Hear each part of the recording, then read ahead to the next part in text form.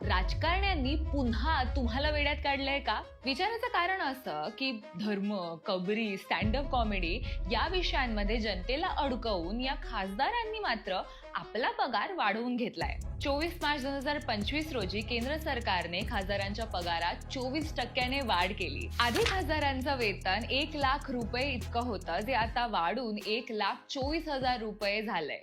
ह्याच्याच addition मध्ये प्रत्येक खासदाराला आपल्या मतदारसंघाच्या कार्यासाठी दर महिन्याला 70,000 मिळतात. कार्यालयीन भत्ता म्हणून 60,000 मिळतात. जेव्हा अधिवेशन सुरू असतं तेव्हा दर दिवसाला जो 2,000 रुपयांचा भत्ता मिळायचा तो वाढवून आता 2,500 रुपये केलाय. याच्या सोबतच त्यांना दिल्लीमध्ये मोफत निवासस्थान मिळतं, जिथे 50,000 युनिट वीज फ्री असते, पाणी फ्री असतं.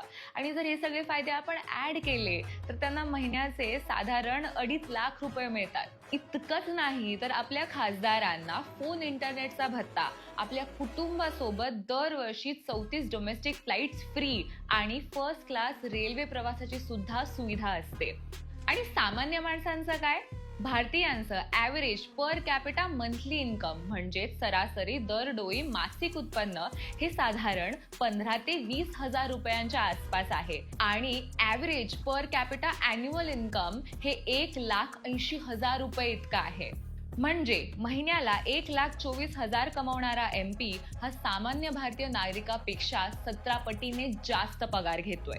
1954 ते 2025 दरम्यान खासदारांची सॅलरी 400 पटीने वाढली आहे. 1954 मध्ये ती 300च्या आसपास होती आणि आजच्या घडीला 1,24,000 रुपये इतकी झाली आहे. या तुलनेने पर कॅपिटा मंथली इन्कम फक्त 8 पटीने वाढलंय. आणि आपल्या राज्याचं काय? महाराष्ट्राच्या आमदारांचं 2023 पर्यंतचं वेतन महिन्याला 1,60,000 इतकं होतं, जे ॲडिशनल भत्त्यांसह 2 लाखापर्यंत जातं. एकंदरीत काय तर जनता गरीब आहे, पण या गरीब जनतेचे प्रतिनिधी मात्र भरपूर श्रीमंत आहेत.